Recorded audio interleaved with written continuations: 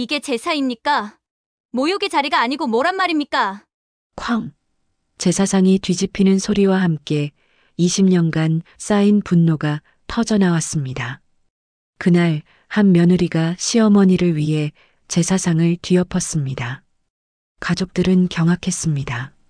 하지만 이것은 파국이 아니었습니다. 오히려 한 여인을 20년 만에 다시 주인공 자리에 앉힌 시작이었습니다.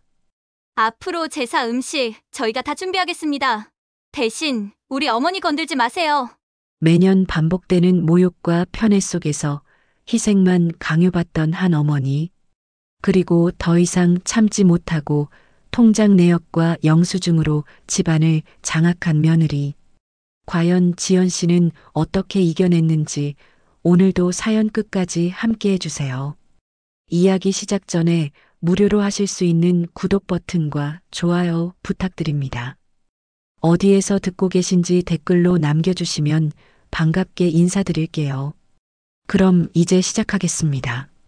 추석을 사흘 앞둔 어느 날이었습니다. 저는 부엌에 서서 김치 냉장고 문을 열었습니다. 손이 떨렸습니다. 올해도 어김없이 찾아온 그 시간. 제사 준비. 25에 시집와서 60이 된 지금까지 35년을 이렇게 살아왔습니다. 또 시작이네. 혼잣말이 입 밖으로 새어나왔습니다. 냉장고 안은 텅 비어 있었습니다. 아직 아무것도 준비하지 못했습니다. 며칠 전부터 몸살 기운이 있었습니다. 밤마다 식은땀을 흘리며 깼습니다. 나이가 드니 체력이 예전 같지 않았습니다. 하지만 쉴 수가 없었습니다. 제사는 기다려주지 않았으니까요. 핸드폰을 꺼내 메모장을 열었습니다. 준비할 것들이 빼곡히 적혀 있었습니다. 육전, 어전, 동태전, 삼색나물, 도라지, 고사리, 시금치, 갈비찜, 닭백숙, 육개장, 도미찜, 식혜, 수정과 모두 합치면 24가지. 매년 똑같았습니다. 시어머니께서 원하시는 대로 전통을 지켜야 한다며 저는 한숨을 쉬었습니다. 거실로 나가니 남편 성진이가 소파에 누워 텔레비전을 보고 있었습니다. 여보, 시장 좀 같이 가요. 목소리가 나오지 않았습니다. 목이 메었습니다. 성진이는 화면에서 눈을 떼지 않은 채 대답했습니다. 아, 나 오늘 형이랑 골프 약속 있어. 내일 가면 안 돼? 내일은 더 늦어요. 오늘 사다가 손질해야 해요. 엄마, 택배로 시키면 되잖아. 요즘 다들 그렇게 해. 순간 머릿속이 하얘졌습니다. 택배로 시켜? 시어머니께서 그걸 용납하실까요? 직접 장보고 직접 손질하고 정성껏 준비하는 게 예의라고 하시는 분인데. 알았어요. 혼자 갈게요. 저는 가방을 들었습니다. 현관문을 나서는데 다리에 힘이 없었습니다. 버스 정류장까지 걸어가는 게 숨이 찼습니다. 예전엔 이 정도는 아무것도 아니었는데 전통시장에 도착했습니다. 사람들로 북적였습니다. 추석을 앞두고 모두 바빴습니다. 정육점 앞에 섰습니다. 갈비 2kg, 사태 1kg 주세요. 주인 아저씨가 고기를 썰며 물었습니다. 어머니, 올해도 큰 제사 준비하시네요? 네, 해야죠. 힘드시겠어요. 요즘 젊은 사람들은 안 하던데. 젊은 사람들, 큰 집 얘기겠죠. 큰아들네는 올해도 제사 준비를 하지 않습니다. 핑계는 늘 같았습니다. 큰 며느리 수진 씨가 직장 다닌다고, 아이들 학원 보내야 한다고, 바쁘다고. 그래서 모든 게 우리 몫이었습니다. 생선가게로 향했습니다. 도미 1마리, 동태 5마리, 오징어 3마리. 장바구니가 무거워졌습니다. 팔이 저렸습니다. 하지만 아직 반도 못 샀습니다. 채소가게에서 무, 배추, 각종 나물 재료를 샀습니다. 과일가게에서 배, 사과, 감, 대추를 샀습니다. 장바구니 2개가 가득 찼습니다. 무게가 10kg는 좋게 넘었습니다. 버스 정류장까지 가는 길, 한 걸음 한 걸음이 고통이었습니다. 땀이 등을 타고 흘렀습니다. 가슴이 답답했습니다. 숨을 쉬기가 힘들었습니다. 잠깐 멈춰서서 가방을 내려놓았습니다. 손바닥에 자국이 깊게 패였습니다. 빨갛게 부어올랐습니다. 괜찮아. 조금만 더. 스스로에게 말했습니다. 버스에 올라 자리에 앉았습니다. 창밖을 보니 눈물이 났습니다. 왜 우는지 모르겠습니다. 그냥 눈물이 났습니다. 집에 도착했습니다. 성진이는 이미 나갔습니다. 골프 가신 모양입니다. 저는 부엌에 장바구니를 내려놓았습니다. 손목이 욱신거렸습니다. 쉬고 싶었습니다. 하지만 시간이 없었습니다. 생선부터 손질하기 시작했습니다. 비늘을 벗기고 내장을 빼내고 씻어서 소금에 재웠습니다. 고기는 핏물을 빼고 양념에 재웠습니다. 나물은 다듬고 씻고 데쳤습니다. 시계를 보니 저녁 7시였습니다. 점심도 거른 채 6시간을 일했습니다. 허리가 끊어질 것 같았습니다. 무릎이 시렸습니다. 그때 핸드폰이 울렸습니다. 시어머니셨습니다. 여보세요, 어머니. 응, 며느리. 제사 준비 잘 되고 있어? 네, 어머니. 오늘 장 봐서 손질하고 있어요. 그래. 수고하네. 근데 말이야. 시어머니의 목소리가 약간 달라졌습니다. 뭔가 말씀하시려는 게 느껴졌습니다. 올해는 큰 집에서 삼겹살 구이 준비한대. 아이들이 좋아한다고. 네. 우리도 뭔가 특별한 거 하나 더 준비하면 좋겠어. 보쌈 어때? 큰 며느리가 보쌈 잘한다고 늘 자랑하더라고. 가슴이 철렁했습니다. 보쌈을 지금 추가하라고요? 이미 24가지를 준비하고 있는데. 어머니, 제가 좀 힘들어서요. 이미 준비할 게 많아서. 뭐, 힘들어? 다른 집 며느리들은 직장 다니면서도 다 하던데. 목소리가 차갑게 식었습니다. 큰 며느리 수진이는 바쁜데도 매번 특별한 거 준비하잖아. 너만 늘 기본만 하고. 말문이 막혔습니다. 기본만 한다고요? 24가지가 기본이라고요? 알겠습니다, 어머니. 전화를 끊었습니다. 손이 떨렸습니다. 분노가 치밀어 올랐습니다. 하지만 참았습니다. 늘 그랬듯이 보쌈을 준비하려면 내일 다시 시장에 가야 했습니다. 돼지고기를 사고 쌈 채소를 사고 소스 재료를 사야 했습니다. 저는 의자에 주저앉았습니다. 부엌 바닥에 널린 재료들을 보았습니다. 아직 손도 대지 못한 것들이 수두룩했습니다. 나도 언젠가 무너질 거야. 중얼거렸습니다. 그때였습니다. 현관문이 열리는 소리가 들렸습니다. 며느리 지연이가 퇴근한 모양이었습니다. 어머니, 저 왔어요. 밝은 목소리였습니다. 지연이가 부엌으로 들어왔습니다. 부엌 상황을 한눈에 파악했습니다. 어머니, 이게 다 뭐예요? 혼자 이 많은 걸. 지연이의 얼굴이 굳었습니다. 제 얼굴을 자세히 들여다보았습니다. 어머니, 안색이 왜 이래요? 많이 안 좋아 보이세요. 괜찮아. 그냥 좀 피곤해서. 어머니. 지연이가 제 손을 잡았습니다. 부어오른 손바닥을 보더니 눈이 붉어졌습니다. 이렇게까지 하시면 안 돼요. 제가 도와드릴게요. 아니야, 지연아. 너도 직장 다니느라 힘들잖아. 어머니가 더 힘드세요. 제가 할 수 있는 건 다 도와드릴게요. 지연이는 가방을 내려놓고 앞치마를 둘렀습니다. 그날 밤 우리는 함께 밤 12시까지 일했습니다. 하지만 끝나지 않았습니다. 아직 절반도 못했습니다. 이틀 뒤면 제사였습니다. 그리고 그날 저는 알지 못했습니다. 이번 추석이 제 인생을 완전히 바꿔놓을 거라는 것을. 추석 당일 아침이었습니다. 새벽 5시에 일어났습니다. 몸은 천근만근이었지만 움직여야 했습니다. 지연이도 함께 일어났습니다. 어머니, 오늘 제가 전 부치는 거 도와드릴게요. 고마워, 지연아. 우리는 부엌에서 전을 부치기 시작했습니다. 육전, 어전, 동태전. 기름이 튀었습니다. 연기가 자욱했습니다. 환풍기를 틀었지만 소용없었습니다. 옷에서 기름 냄새가 났습니다. 머리카락에서도 냄새가 났습니다. 오전 10시쯤이었습니다. 초인종이 울렸습니다. 큰집 식구들이 도착한 겁니다. 현관문을 열었습니다. 큰 며느리 수진 씨가 환하게 웃으며 들어왔습니다. 손에는 작은 쇼핑백 하나.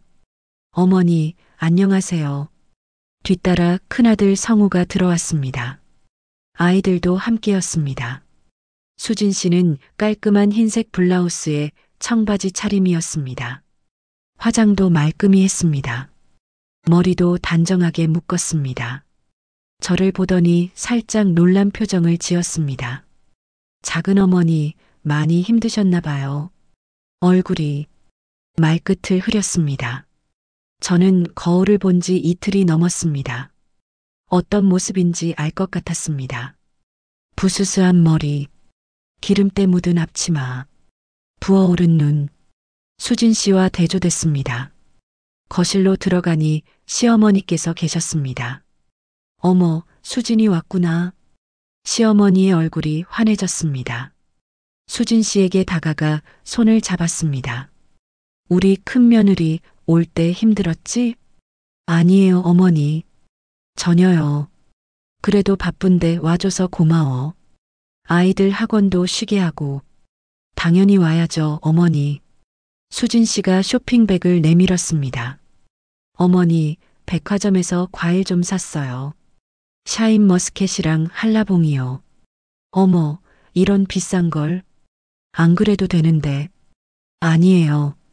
어머니 좋아하시잖아요. 시어머니께서 활짝 웃으셨습니다. 저는 그 모습을 보고 있었습니다. 가슴 한편이 서늘해졌습니다. 저도 과일을 샀습니다. 시장에서 삼배, 사과, 감. 3만 원어치. 수진 씨는 백화점 과일. 아마 10만 원은 넘을 겁니다. 하지만 중요한 건 가격이 아니었습니다. 시어머니의 반응이었습니다. 제가 사온 과일에는 한마디도 없으셨습니다. 수진 씨가 부엌을 들여다보았습니다. 와, 작은 어머니가 이걸 다 준비하셨어요? 대단하시다. 말투는 감탄이었지만 눈빛은 달랐습니다. 뭔가 평가하는 듯한 시선. 고생 많으셨겠어요. 저는 요즘 너무 바빠서 이런 거 할 시간이 없어요. 수진 씨가 웃으며 말했습니다. 직장 다니면서 아이들 뒷바라지하는 게 보통 일이 아니거든요.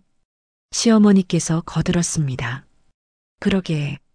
수진이는 정말 대단해. 일도 하고 애들도 키우고. 그러더니 저를 보셨습니다. 며느리는 집에 있으니까 시간 여유가 있잖아. 순간 숨이 막혔습니다. 시간 여유가 있다고요? 이틀 밤을 새우다시피 한 제게. 수진 씨가 쇼핑백에서 뭔가를 꺼냈습니다. 삼겹살 팩이었습니다. 어머니 말씀하신 대로 삼겹살 좋은 걸로 샀어요. 아이들이 좋아할 거예요. 그래, 잘했어. 우리 수진이가 제일 센스 있어. 시어머니께서 흡족한 표정을 지으셨습니다. 저는 아무 말도 하지 못했습니다. 삼겹살은 큰 집에서 준비하기로 했습니다. 그런데 보쌈은 저더러 하라고 하셨잖아요. 어제 돼지고기 사서 삶았습니다. 새벽까지 걸렸습니다. 하지만 아무도 몰랐습니다. 아무도 물어보지 않았습니다. 오후가 되자 친척들이 모여들었습니다. 시숙모, 시누이, 조카들. 거실이 붐볐습니다. 모두 수진 씨 주변으로 모였습니다. 수진이 요즘 승진했다며? 축하해. 애들 성적도 좋다고 들었어. 어떻게 관리해? 피부가 왜 이렇게 좋아? 비결이 뭐야? 수진 씨는 겸손한 척하면서도 환하게 웃었습니다. 아유, 별거 아니에요. 그냥 열심히 살다 보니. 시어머니께서 거들었습니다. 우리 큰 며느리는 정말 잘 나갔어. 맨날 자랑스럽다니까. 그때 시숙모가 저를 보았습니다. 작은댁은 요즘 뭐해? 집에만 있어? 질문이 아니었습니다. 비난이었습니다. 네. 집안일 하고 있어요.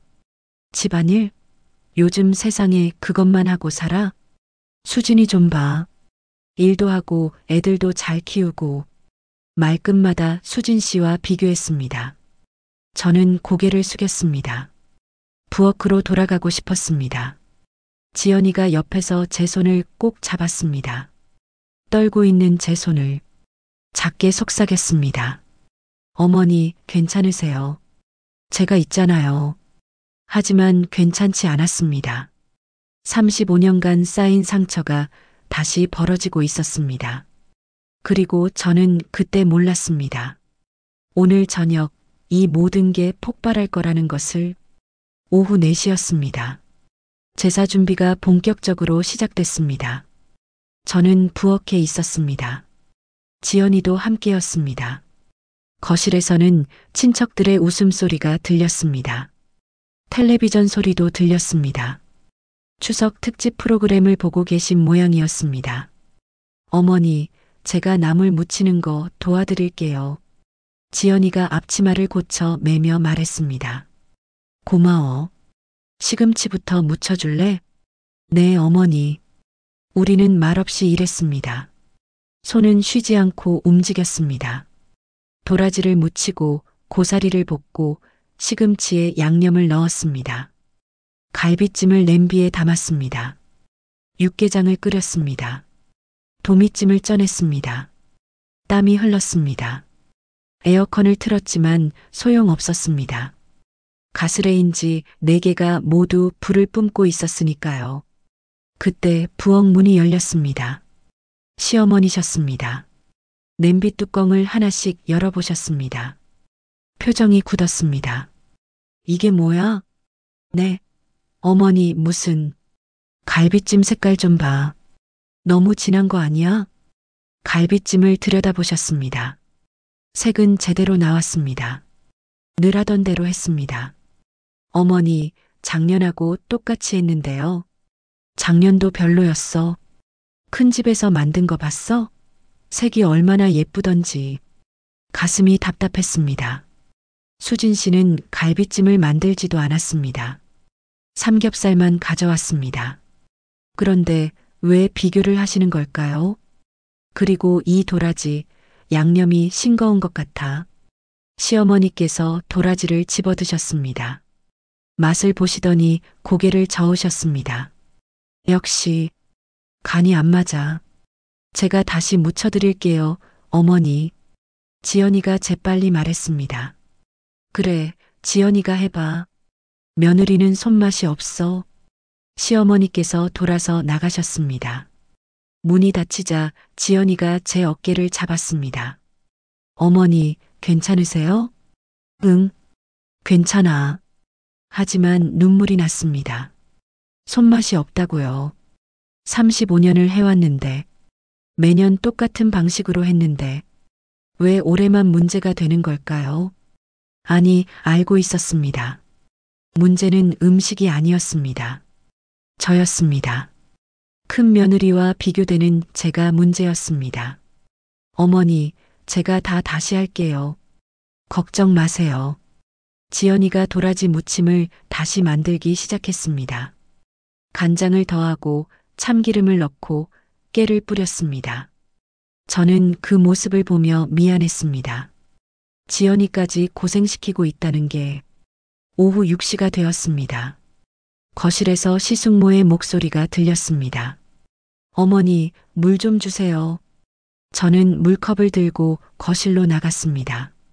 시숙모께 건넸습니다. 고마워요. 말은 고맙다고 했지만 눈빛은 차갑했습니다.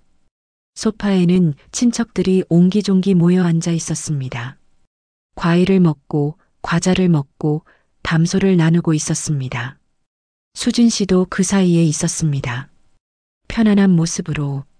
아무도 부엌에 오지 않았습니다. 아무도 도와주겠다고 하지 않았습니다. 수진 씨를 제외하고는, 아니, 수진 씨도 마찬가지였습니다. 삼겹살만 사왔을 뿐, 부엌일은 전혀 거들지 않았습니다. 시누이 미영이가 말했습니다. 엄마, 올해 음식 맛있을까요? 작년에는 좀 별로였잖아요. 글쎄, 며느리가 하는 거니까. 시어머니께서 한숨을 쉬셨습니다. 수진이가 했으면 훨씬 나았을 텐데. 저는 그 자리에 서서 듣고 있었습니다. 아무도 제가 있다는 걸 신경 쓰지 않았습니다. 아니, 알고 있었을 겁니다. 일부러 들으라고 한 말이었을지도 몰랐습니다. 부엌으로 돌아왔습니다. 지연이가 저를 보더니 얼굴이 굳었습니다. 어머니, 방금 다 들으셨어요? 응. 어떻게 저런 말을 어머니 앞에서. 지연이의 목소리가 떨렸습니다. 분노가 섞여 있었습니다. 괜찮아, 지연아. 익숙해. 익숙하면 안 되는 거잖아요. 지연이가 소리를 낮췄습니다. 주먹을 꽉 쥐었습니다. 이건 너무해요. 어머니가 얼마나 고생하시는데. 쉿.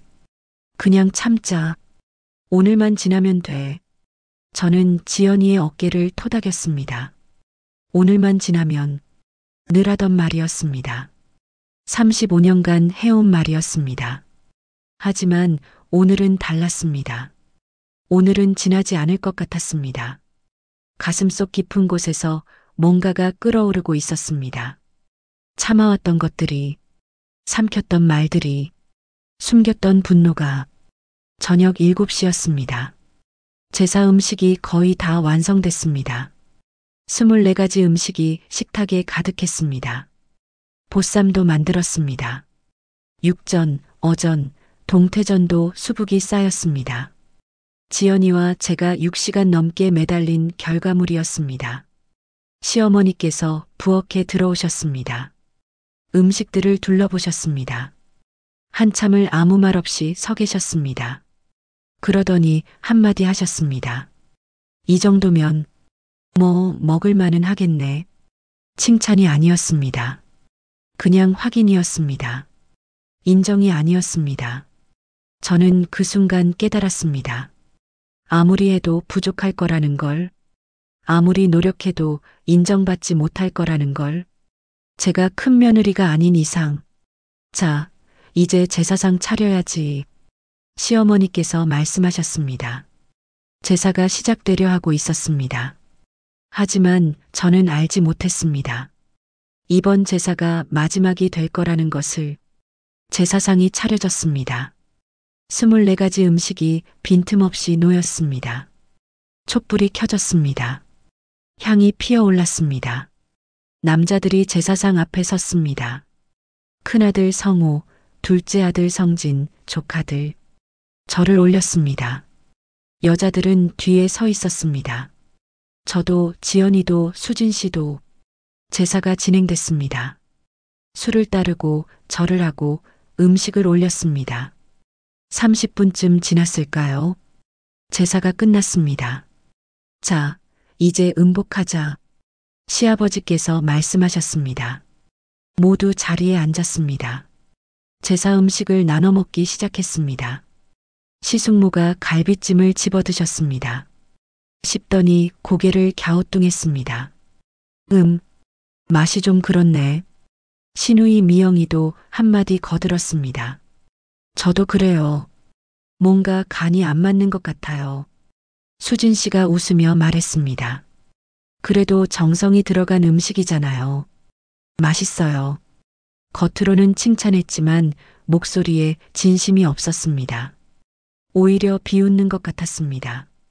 시어머니께서 도라지를 드셨습니다. 역시 양념이 싱거워.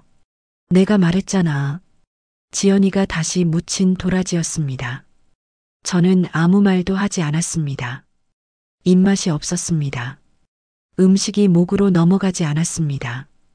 그때 큰아들 성우가 말했습니다. 아버지, 올해 제사 비용 좀 얘기해야 할 것 같은데요. 분위기가 묘하게 바뀌었습니다. 시아버지께서 눈살을 찌푸리셨습니다. 무슨 소리야? 요즘 물가도 오르고 제사 준비하는 게 만만치 않잖아요. 형제끼리 비용을 나눠야 하지 않을까요? 성진이가 끼어들었습니다. 형님, 그건 좀. 뭐가 좀? 당연한 얘기 아니야? 성우의 목소리가 높아졌습니다. 매년 작은 집에서만 준비하는 게 맞아? 우리도 바쁘고 힘든 건 마찬가지야. 시숙모가 거들었습니다. 맞아요. 공평하게 나눠야죠. 작은 집만 부담지는 건 불공평해요. 저는 숨이 막혔습니다. 작은 집만 부담지는 게 불공평하다고요? 그럼 지금까지는 뭐였나요? 35년간 혼자 짊어진 건요? 수진 씨가 조심스럽게 말했습니다. 그런데 오빠 제사 비용이 얼마나 들어요? 글쎄요. 한 50만 원? 아니, 70만 원쯤? 성우가 대충 말했습니다. 신우이 미영이가 웃었습니다. 겨우 그 정도 가지고 요즘 세상에 70만 원이 큰 돈도 아니고 그래도 매년 한쪽만 내는 건 문제 아니에요? 성우가 다시 말했습니다.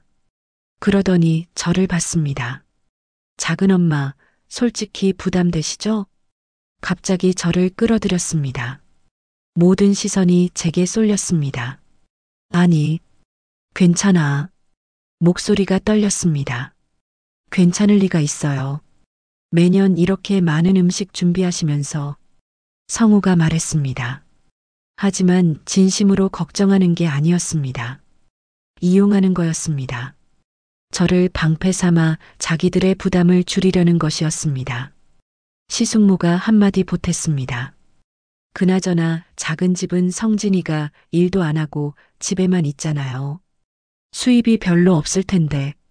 순간 정적이 흘렀습니다. 성진이가 작년에 회사를 그만뒀습니다.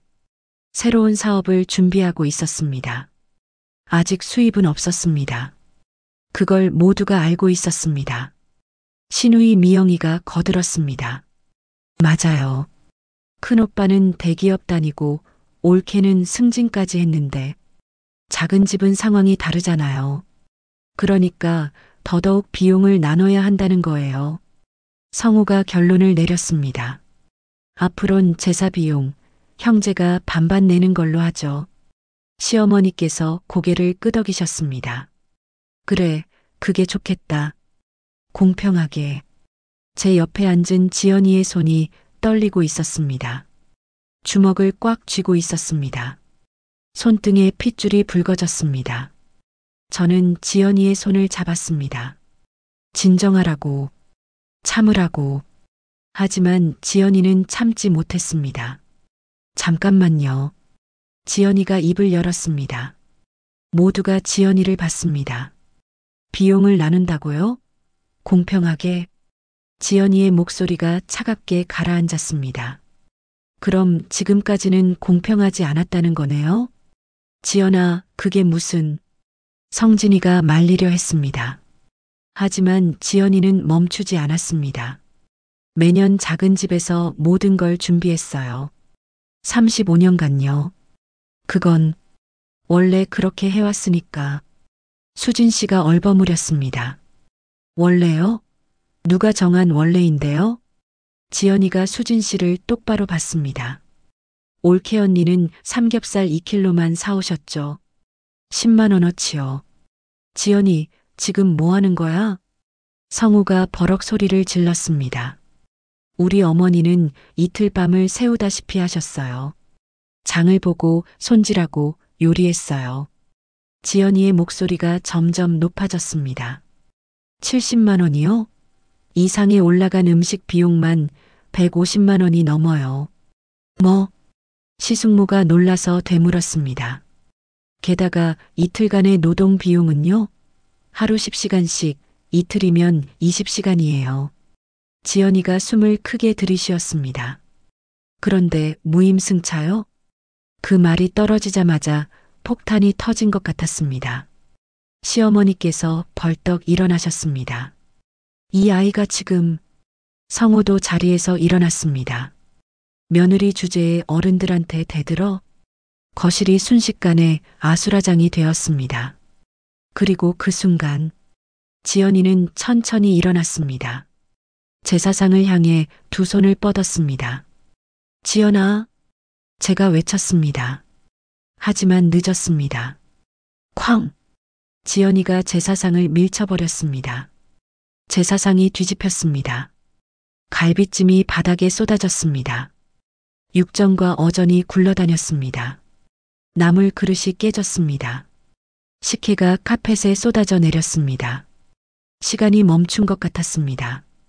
아무도 움직이지 않았습니다. 아무도 말하지 않았습니다. 지연이는 제사상 앞에 서 있었습니다. 두 손은 여전히 떨고 있었습니다. 가슴이 거칠게 오르내렸습니다. 아, 시어머니께서 비명을 지르셨습니다. 이게 무슨 짓이야? 시누이 미영이도 소리쳤습니다. 미쳤어? 제사상을. 수진 씨는 입을 막고 뒤로 물러섰습니다. 아이들이 울기 시작했습니다. 성우가 지연이에게 달려들었습니다. 당장 사과해. 어떻게 조상님 제사상을. 형님. 성진이가 형을 막아섰습니다. 비켜, 성진아. 내 마누라가 무슨 짓을 한 건지 모르냐? 시아버지께서 지팡이로 바닥을 쳤습니다. 탕, 탕. 조용히들 해. 하지만 아무도 조용하지 않았습니다. 시숙모가 저를 가리켰습니다. 작은데 당신이 교육을 어떻게 시킨 거야? 며느리 버릇을 이따위로 들여놨어? 미영이가 소리쳤습니다. 모든 비난이 쏟아졌습니다. 저를 향해, 지연이를 향해. 저는 그 자리에 주저앉고 싶었습니다. 사라지고 싶었습니다. 하지만 지연이는 달랐습니다. 지연이는 똑바로 서 있었습니다. 눈을 감지 않았습니다. 고개를 숙이지 않았습니다. 이게 제사입니까? 지연이가 입을 열었습니다. 목소리는 떨렸지만 또렷했습니다. 모욕의 자리가 아니고 뭐란 말입니까? 뭐라고? 시어머니께서 눈을 부라리셨습니다. 조상님을 모시는 자리라며요? 그럼 조상님께서 이걸 보시면 뭐라고 하실까요? 지연이가 바닥에 널린 음식들을 가리켰습니다. 어머니 혼자 이틀 밤을 새워 만든 음식이에요. 그래서 제사상을 뒤엎어? 성우가 소리쳤습니다. 맞아요. 뒤엎었어요. 지연이가 성우를 똑바로 봤습니다. 무임승차라고 하셨죠? 그건 우리 어머니가 35년간 해온 게 무임승차래요. 지연이의 목소리가 높아졌습니다. 150만 원어치 음식 준비하고 이틀 밤 새우고 욕만 먹는 게 무임승차래요. 지연아, 그만해. 제가 지연이를 붙잡았습니다. 안 돼요, 어머니. 지연이가 제 손을 꼭 잡았습니다. 더 이상 참으면 안 돼요. 눈물이 지연이의 뺨을 타고 흘렀습니다. 어머니가 얼마나 힘드셨는지 알아요. 매년 추석 한 달 전부터 불안해하시고 밤마다 잠 못 이루시고. 지연아, 올해도 어머니는 쓰러질 뻔하셨어요. 장 보시다가 숨도 못 쉬실 정도였어요. 지연이가 시어머니를 봤습니다. 할머니, 그거 아세요? 어머니 손바닥이 어떻게 됐는지. 시어머니께서 눈을 피하셨습니다. 물집이 잡히고 터졌어요. 손목은 부어서 밤에 잠도 못 주무셨어요. 지연이가 제 손을 들어 올렸습니다. 모두에게 보여줬습니다. 붕대로 감긴 제 손을. 시숙모가 고개를 돌렸습니다. 미영이는 입술을 깨물었습니다. 수진 씨는 바닥만 봤습니다. 그런데 손맛이 없대요. 음식이 별로래요. 지연이의 목소리가 떨렸습니다. 무임승차래요. 성우가 입을 열었습니다. 그래도 조상님 제사상을. 조상님이라면요.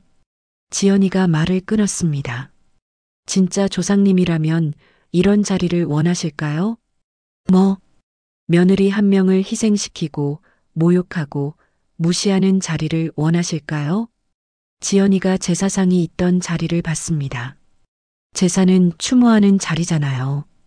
감사하는 자리잖아요. 그런데 왜 여기선 누군가를 짓밟아야 하죠? 침묵이 흘렀습니다. 길고 무거운 침묵이었습니다. 시아버지께서 긴 한숨을 쉬셨습니다. 시어머니께서는 입술을 떨고 계셨습니다. 성진이가 지연이 옆에 섰습니다. 제 아내 말이 맞습니다. 성진이의 목소리는 조용했지만 단호했습니다. 저희도 잘못했습니다. 어머니를 이렇게까지 만든 건 저도 마찬가지니까요. 성진아, 너까지. 시어머니께서 말씀하셨습니다. 어머니, 죄송합니다. 성진이가 고개를 숙였습니다. 하지만 이젠 바뀌어야 합니다.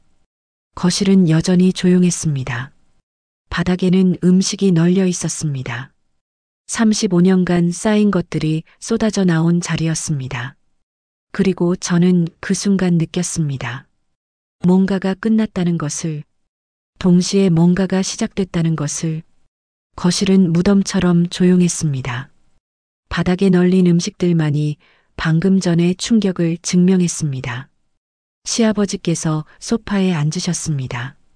손으로 이마를 짚으셨습니다.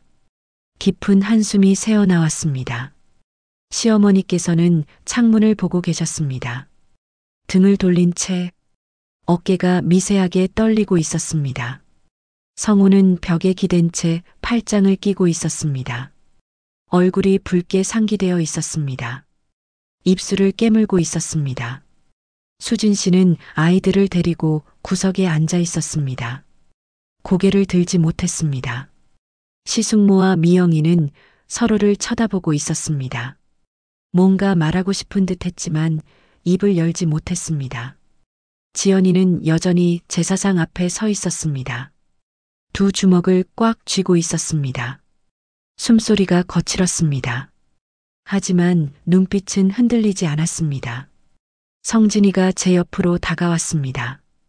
제 어깨에 손을 올렸습니다. 어머니, 괜찮으세요? 저는 대답할 수 없었습니다. 목이 메었습니다. 눈물이 났습니다. 35년 만에 터져나오는 눈물이었습니다. 아버지, 성진이가 시아버지를 불렀습니다. 말씀드릴 게 있습니다. 시아버지께서 고개를 들었습니다. 지친 눈빛이었습니다. 아버지, 어머니께 사과드려야 합니다. 뭐? 성우가 벌떡 일어섰습니다. 야, 성진아. 내 마누라가 제사상을 뒤엎었는데 우리가 사과를 해? 맞습니다, 형님. 성진이가 형을 똑바로 봤습니다. 제사상을 뒤엎을 수밖에 없게 만든 건 우리니까요. 이 자식이 정말. 형님. 성진이의 목소리가 낮게 깔렸습니다. 형님 댁은 올해 제사에 얼마나 쓰셨습니까? 성우가 입을 다물었습니다. 삼겹살 10만 원. 그게 다죠. 그건 우리 어머니는 150만 원을 쓰셨습니다. 장보고 손질하고 요리하는데 이틀을 썼습니다. 성진이가 천천히 말했습니다. 그런데 형님은 무임승차라고 하셨습니다. 시숙모가 끼어들었습니다. 그건 성우가 말을 잘못한 거야. 원래 그런 뜻이 아니었어. 그럼 어떤 뜻이었습니까? 지연이가 물었습니다. 시숙모는 대답하지 못했습니다. 미영이가 변명했습니다. 우리도 바빴어. 일도 있고 애들도 있고 저희도 마찬가지입니다. 지연이가 말했습니다. 저도 회사 다닙니다. 매일 9시까지 일합니다. 그래도 뭡니까? 지연이의 목소리가 높아졌습니다. 바쁘다는 핑계로 35년간 우리 어머니만 희생시켜도 된다는 겁니까? 아무도 대답하지 못했습니다. 시어머니께서 천천히 돌아서셨습니다. 얼굴에 눈물 자국이 있었습니다. 내가 잘못했어. 시어머니의 목소리가 떨렸습니다. 어머니, 제가 시어머니를 불렀습니다. 며느리, 미안해. 시어머니께서 저를 보셨습니다. 난 정말 몰랐어. 내가 이렇게 힘들어하는 줄. 어머니, 아니야. 알고 있었어. 시어머니께서 고개를 저으셨습니다. 알면서도 모른 척했어. 큰 며느리한테만 잘해주고 너한테는. 목이 메셨는지 말을 잇지 못하셨습니다. 손맛이 없다고 했지. 음식이 별로라고 했지. 어머니, 괜찮아요. 괜찮지 않아. 내 손 좀 봐. 시어머니께서 제 손을 잡으셨습니다. 붕대 감긴 손을. 이렇게까지 됐는데. 난 뭐 했어? 시어머니께서 우셨습니다. 35년 만에 처음 보는 모습이었습니다. 시아버지께서도 일어나셨습니다. 저에게 다가오셨습니다. 며느리, 내 아버지, 내가 미안하다. 시아버지의 목소리도 떨렸습니다. 집안일이라고 신경 안 썼어. 그냥 내가 알아서 하겠거니 했지. 아버지. 하지만 그건 내 책임이야. 아버지로서, 남편으로서 지켜줬어야 했어. 시아버지께서 고개를 숙이셨습니다. 성우가 벽에서 떨어져 나왔습니다. 천천히 저에게 다가왔습니다. 작은 엄마. 응, 제가 잘못했습니다. 성우가 고개를 숙였습니다. 무임승차라는 말 정말 죄송합니다. 형님, 제가 생각이 짧았습니다. 작은 엄마가 얼마나 고생하시는지 몰랐습니다. 수진 씨도 일어났습니다. 저에게 다가와 눈물을 흘렸습니다. 작은 어머니, 죄송해요. 저도 도와드렸어야 했는데. 괜찮아, 수진아. 아니에요. 저도 알고 있었어요. 근데 모른 척 했어요. 수진 씨가 흐느꼈습니다. 편하고 싶었어요. 그래서 작은 어머니만 고생하는 걸 보고도 시숙모와 미영이도 다가왔습니다. 작은 댁, 우리도 미안해. 정말 미안해요, 작은 엄마. 거실에 있던 모든 사람이 저를 둘러쌌습니다. 사과하는 사람들, 우는 사람들, 고개 숙인 사람들. 저는 그 한가운데 서 있었습니다. 35년간 참아온 눈물이 터졌습니다. 지연이가 제 손을 꼭 잡았습니다. 어머니, 이제 괜찮아요. 성진이가 제 어깨를 안았습니다. 어머니, 이제 저희가 지켜드릴게요. 그리고 지연이가 입을 열었습니다. 앞으로 제사는 저희가 준비하겠습니다. 모두가 지연이를 받습니다. 단 한 가지 조건이 있습니다. 지연이의 눈빛이 단호해졌습니다. 우리 어머니, 다시는 건들지 마세요. 우리 어머니, 다시는 건들지 마세요.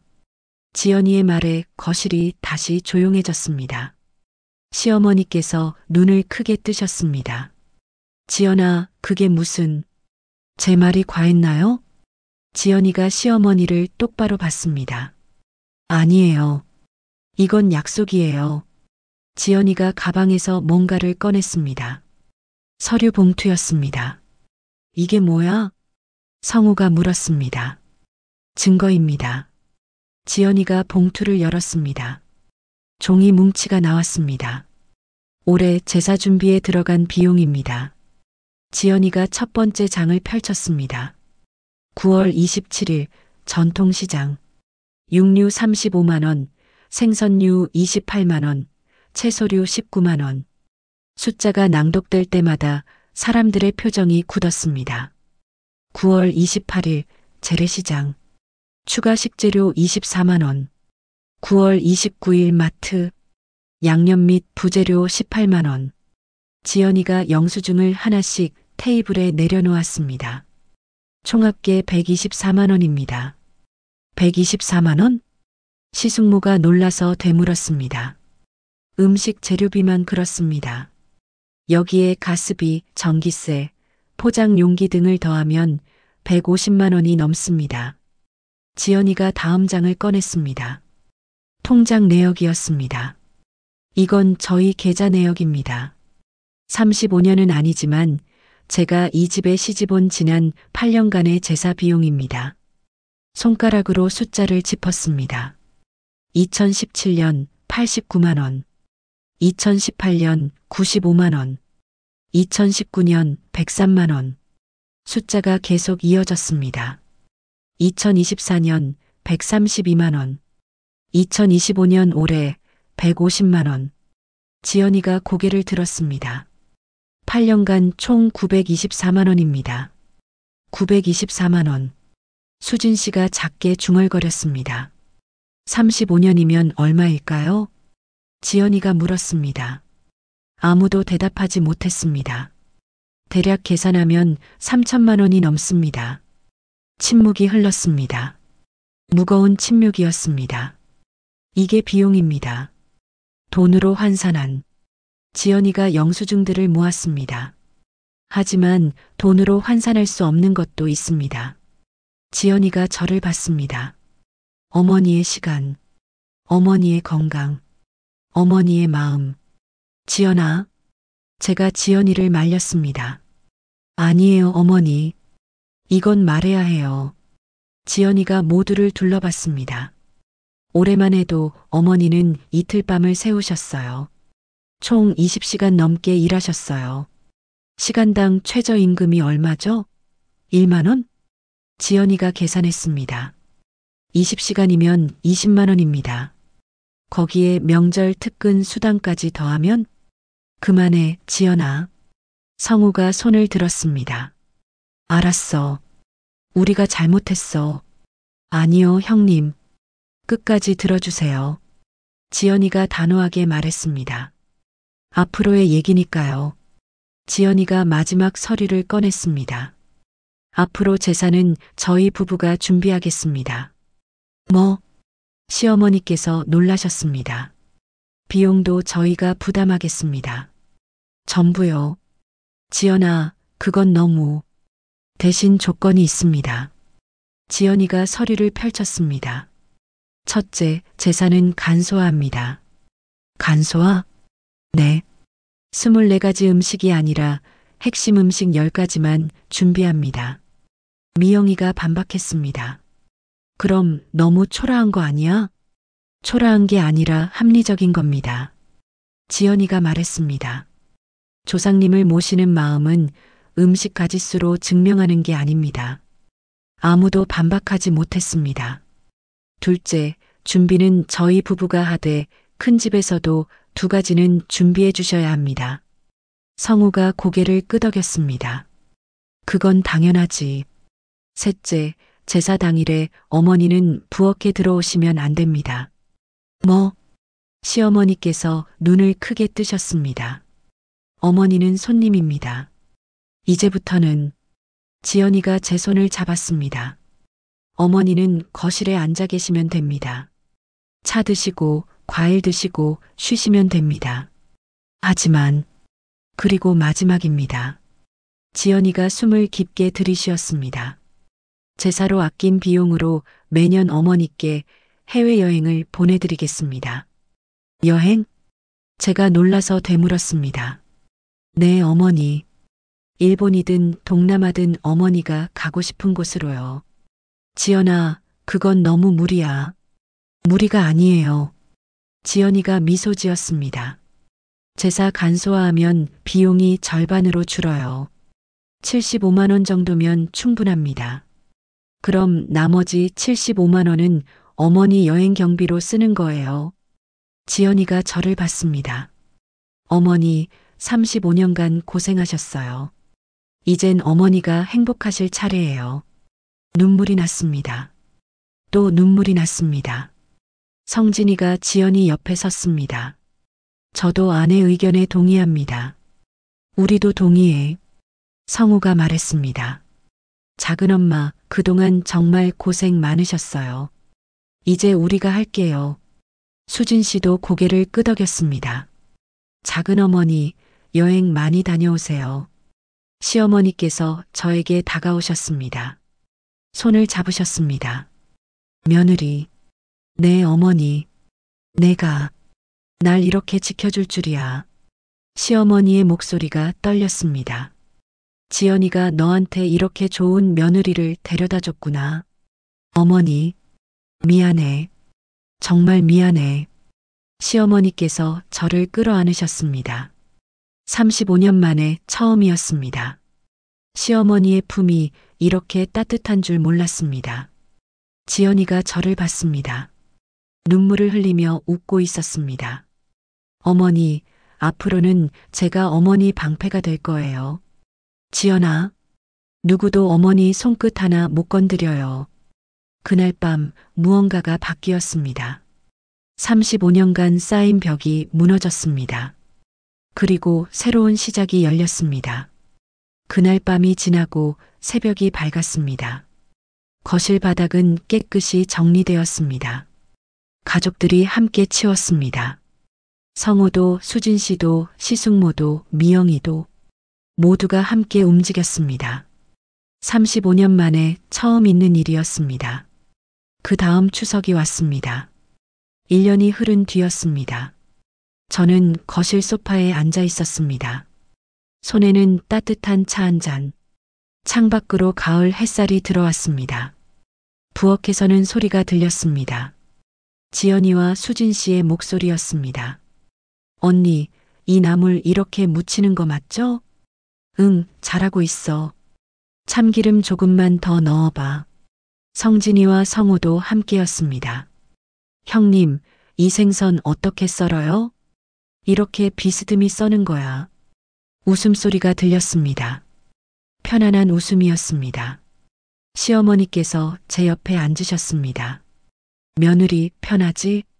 네, 어머니. 꿈 같아요. 나도 그래. 시어머니께서 제 손을 잡으셨습니다. 작년 이맘때 생각나? 어떻게 잊겠어요. 지연이가 상 뒤엎었을 때 난 정말 화가 났었어. 시어머니께서 한숨을 쉬셨습니다. 근데 지금 생각하면 그게 약이었어. 어머니, 지연이가 아니었으면 난 계속 모른 척 했을 거야. 내 고생을. 시어머니의 눈가가 붉어졌습니다. 이제라도 깨달아서 다행이야. 부엌에서 지연이가 나왔습니다. 앞치마를 두르고 있었습니다. 어머니, 올해는 10가지만 준비했어요. 그래도 푸짐하죠? 응, 충분해. 저는 미소 지었습니다. 너무 무리하지 마. 괜찮아요. 수진 언니랑 같이 하니까 금방 끝났어요. 수진 씨도 나왔습니다. 작은 어머니, 올해는 제가 갈비찜 만들었어요. 맛 좀 봐주세요. 그래, 고마워. 수진 씨는 달라져 있었습니다. 작년의 교만함은 사라졌습니다. 진심으로 배우려는 모습이었습니다. 오후가 되어 제사가 시작됐습니다. 상은 간소했지만 정성스러웠습니다. 10가지 음식이 가지런히 놓였습니다. 모두가 함께 준비한 음식들이었습니다. 제사를 지내는 동안 저는 뒤에서 지켜봤습니다. 부엌에 가지 않았습니다. 설거지도 하지 않았습니다. 그저 앉아서 보기만 했습니다. 마음이 편했습니다. 35년 만에 느껴보는 평온함이었습니다. 제사가 끝나고 음복을 할 때였습니다. 지연이가 봉투를 꺼냈습니다. 어머니, 이거요. 뭔데? 여행 경비예요. 약속했잖아요. 봉투 안에는 항공권과 호텔 예약 확인서가 들어 있었습니다. 일본 오사카 5일. 다음 달에 출발하세요. 지연아, 이게 말문이 막혔습니다. 어머니, 꼭 가세요. 혼자서는 안 되고 친구분이랑 가세요. 성진이가 거들었습니다. 어머니, 저희가 예약 다 해뒀어요. 편하게 다녀오세요. 시어머니께서도 말씀하셨습니다. 며느리가 평생 집안일만 하다가 이제 좀 내 인생 살아. 눈물이 났습니다. 하지만 이번에는 슬픈 눈물이 아니었습니다. 기쁜 눈물이었습니다. 감사한 눈물이었습니다. 한 달 뒤 저는 오사카에 있었습니다. 20년 지기 친구 영숙이와 함께였습니다. 거리를 걸으며 쇼핑을 했습니다. 맛있는 음식을 먹었습니다. 사진을 찍었습니다. 환하게 웃는 제 모습이 사진에 담겼습니다. 영숙이가 말했습니다. 너 요즘 표정이 완전 달라졌어. 그래? 응. 20년 전 처음 만났을 때로 돌아간 것 같아. 그렇게 달라 보여? 완전 딴 사람이야. 눈빛부터 달라. 영숙이가 제 어깨를 툭 쳤습니다. 며느리 복 하나는 정말 타고났다. 맞아. 지연이 없었으면 생각만 해도 아찔했습니다. 지연이가 그날 용기를 내지 않았다면, 상을 뒤엎지 않았다면, 저는 여전히 부엌에서 고통받고 있었을 겁니다. 그날 저녁 호텔로 돌아와 지연이에게 전화했습니다. 어머니, 여행 재밌으세요? 응, 너무 좋아. 지연아, 정말 고마워. 별 말씀을요. 어머니 행복하신 게 제일 중요해요. 지연아, 네, 어머니. 내가 우리 집에 와줘서 정말 다행이야. 전화기 너머로 지연이의 웃음소리가 들렸습니다. 저도 어머니 만나서 행복해요.